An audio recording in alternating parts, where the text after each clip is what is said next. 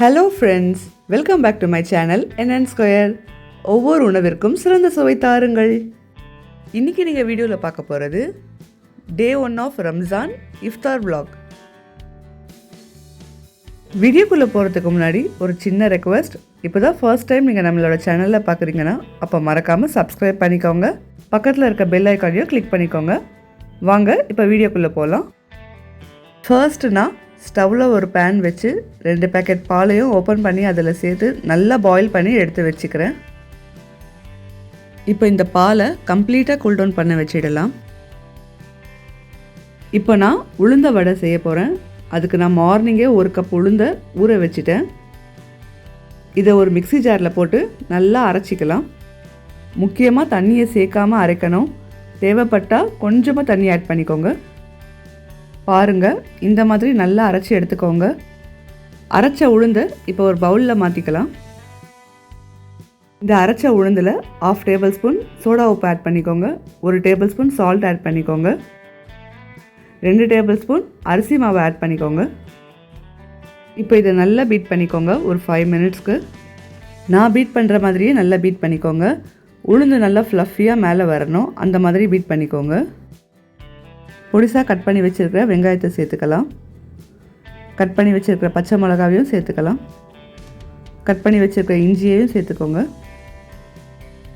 1 table spoon சீரகத்தையும் add பண்ணிக்கோங்க. பொடிசாக cut பண்ணி வச்சுருக்கிற கருவேப்பிலையும் சேர்த்துக்கோங்க. இப்போ இது எல்லாத்தையுமே நல்லா மிக்ஸ் பண்ணிக்கோங்க ஒரு 2 மினிட்ஸ்க்கு. நல்லா மிக்ஸ் பண்ண பிறகு இதை க்ளோஸ் பண்ணி வச்சிடலாம். ஒரு 1/2 அன் ஹவர் கழித்து ஃப்ரை பண்ணிடலாம். இப்போ நெக்ஸ்ட்டு பார்த்திங்கன்னா அகர் அகர் தான் செய்ய போகிறோம். அதுக்கு ஒரு பேனில் நான் ஆல்ரெடியே ஊற வச்ச அகர் அகரை ஆட் பண்ணி நல்லா பாயில் பண்ண போகிறேன். அந்த அகர் அகர் எல்லாமே மெல்ட் ஆகி நல்ல தண்ணியாக கரைஞ்சிடணும். பாருங்கள், இப்போ நம்மளுடைய அகர் அகர் நல்லா கரைஞ்சிருச்சு. இந்த ஸ்டேஜில் நம்ம ஆல்ரெடியே பாயில் பண்ணி வச்சுருக்கிற மில்கை இதில் ஆட் பண்ணிக்கலாம். ஆட் பண்ண மில்கையும் அகர் அகரையும் நல்லா மிக்ஸ் பண்ணி விட்டுருங்க. பால் நல்லா கொதிக்கணும். பால் நல்லா கொதிக்கும் போது உங்களுடைய ஸ்வீட்னஸ்க்கு ஏற்ற மாதிரி சுகரை ஆட் பண்ணிக்கோங்க. சுகர் நல்லா மெல்ட் ஆன உடனே ஸ்டவ்வை ஆஃப் பண்ணிவிடுங்க. இப்போ நம்ம செஞ்சு வச்சுருக்கிற அகர் அகரை ஒரு பிளேட்டில் மாற்றிக்கலாம்.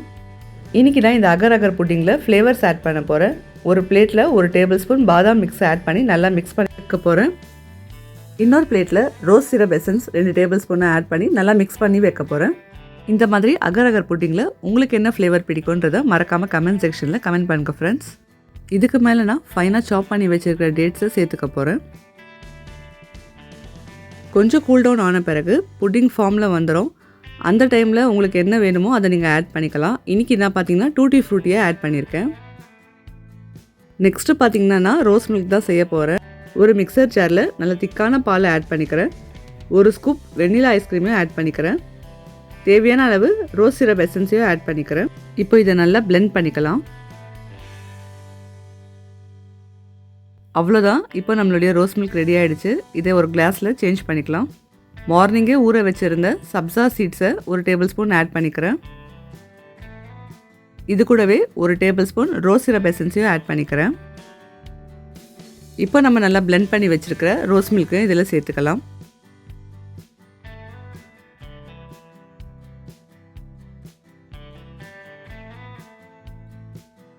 நம்மளுடைய ரோஸ் மில்க் இப்போ ரெடி.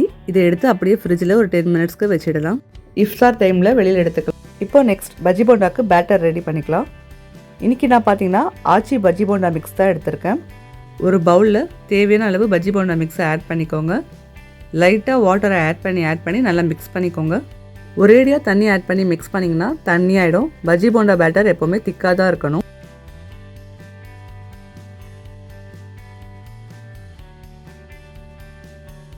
பாருங்கள், பஜ்ஜி போண்டா பேட்டர் நல்லா இந்த கன்சிஸ்டன்சியில் இருக்கணும். அப்போ தான் பஜ்ஜி நல்லா ஃப்ளஃபியாக வரும்.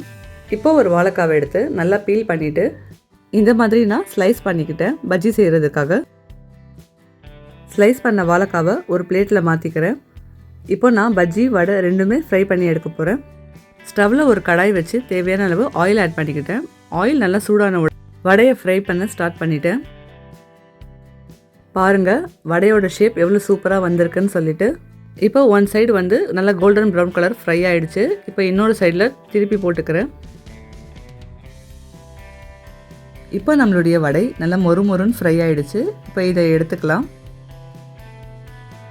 நெக்ஸ்ட்டு அதே ஆயிலில் வாழைக்காவை பஜ்ஜி போண்டா பேட்டரில் டிப் பண்ணி எடுத்து ஃப்ரை பண்ணிக்கலாம். 2 பக்கமும் நல்லா கோல்டன் ப்ரௌன் கலர் வர மாதிரி ஃப்ரை பண்ணிக்கோங்க. அவ்வளோதான். இப்போ நம்மளுடைய ஃப்ளஃபியான பஜ்ஜி கூட ரெடி ஆகிடுச்சு. வாங்க நோன்பு திறக்கிறதுக்காக இஃப்தாருக்கு ரெடி பண்ணிடலாம். இவ்வளோதான் ஃப்ரெண்ட்ஸ், டே 1 ஆஃப் ரம்ஜான் இஃப்தாருக்கு நான் ரெடி பண்ணது. உங்களுக்கு இந்த vlog பிடிச்சிருந்தா மறக்காமல் நம்மளோட சேனலை சப்ஸ்கிரைப் பண்ணிக்கோங்க, லைக் பண்ணிக்கோங்க. இந்த வீடியோவை உங்களோட ஃப்ரெண்ட்ஸ் அண்ட் ஃபேமிலிஸ்க்கும் ஷேர் பண்ணி விடுங்க. இந்த இஃப்தார் vlog பற்றின கமெண்ட்ஸை கமெண்ட் செக்ஷனில் தெரியப்படுத்துங்க. என்னதான் நிறைய டிஷ் இருந்தாலும் இந்த நோன்பு கஞ்சி மாதிரி வராது. கூடவே நான் வாட்டர்மெலன் ஜூஸையும் செஞ்சுருந்தேன். பட் வீடியோ எடுக்க மறந்துட்டேன். மீண்டும் ஒரு இன்ட்ரெஸ்டிங்கான vlogல உங்களை சந்திக்கும் வரை உங்களிடமிருந்து விடை பெறுவது NN Square. நான் உங்கள் Nasira Naim. Keep supporting us. Tata, bye by.